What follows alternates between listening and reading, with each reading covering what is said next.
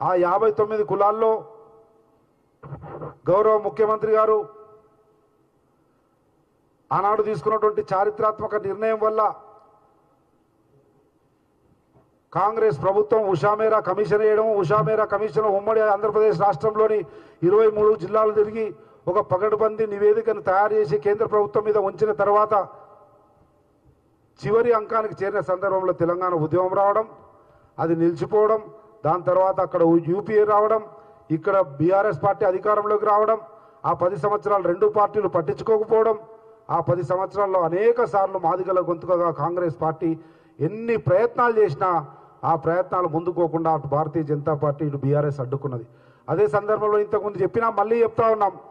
Congress party తరఫున ఉన్న ఆనాటి ఏకైక మాదిగ ఎమ్మెల్యేగా కాంగ్రెస్ పార్టీ అధికారికంగా నన్ను నీ హక్కుల కొరకు కాంగ్రెస్ పార్టీ విభజనకు వర్గీకరణకు కట్టుబడి ఉంది, ఉషామేరా కమిషన్ రిపోర్ట్ కూడా ఉంది కనుక దాన్ని అమలుపరచడానికి ఇక్కడ ఉన్నటువంటి బీఆర్ఎస్ పార్టీ ప్రభుత్వాన్ని తీసుకుపోయి కేంద్రంలో ఉన్న భారతీయ జనతా పార్టీ మీద ఒత్తిడి తీసుకొచ్చడానికి చేసినటువంటి ప్రయత్నంలో భాగంగా కాంగ్రెస్ పార్టీ నన్ను ఆదేశిస్తే ఆ రోజు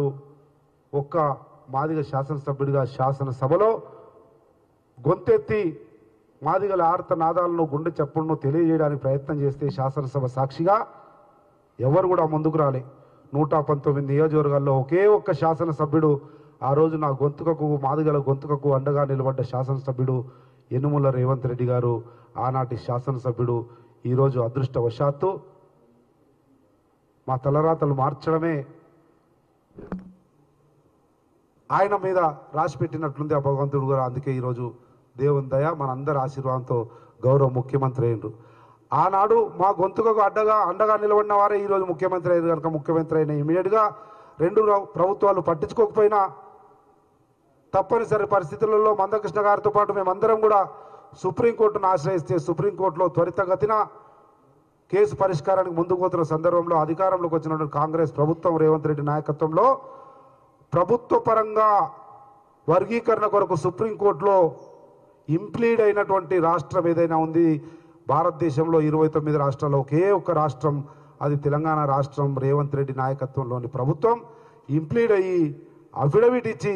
వర్గీకరణ చేయాల్సిందే అని చెప్తేనే సుప్రీంకోర్టులో ఆ తీర్పు రావడం జరిగింది. వచ్చిన తీర్పును ఇమీడియట్గా కొన్ని నిమిషాల లోపలనే శాసనసభ నడుస్తున్న సందర్భంలో శాసనసభ వేదికగా దాన్ని పగడ్బందీగా అమలు పరుస్తాం, స్వాగతిస్తున్నాం సుప్రీంకోర్టు తీర్పునని ముందుకొచ్చినటువంటి ఏకైక ముఖ్యమంత్రి గౌరవ రేవంత్ రెడ్డి గారు. దాని వెంటనే 4 మంత్రులతో సంబంధించిన ఉపసంఘాన్ని వేసి ఉత్తమ్ కుమార్ రెడ్డి గారిని చైర్మన్గా,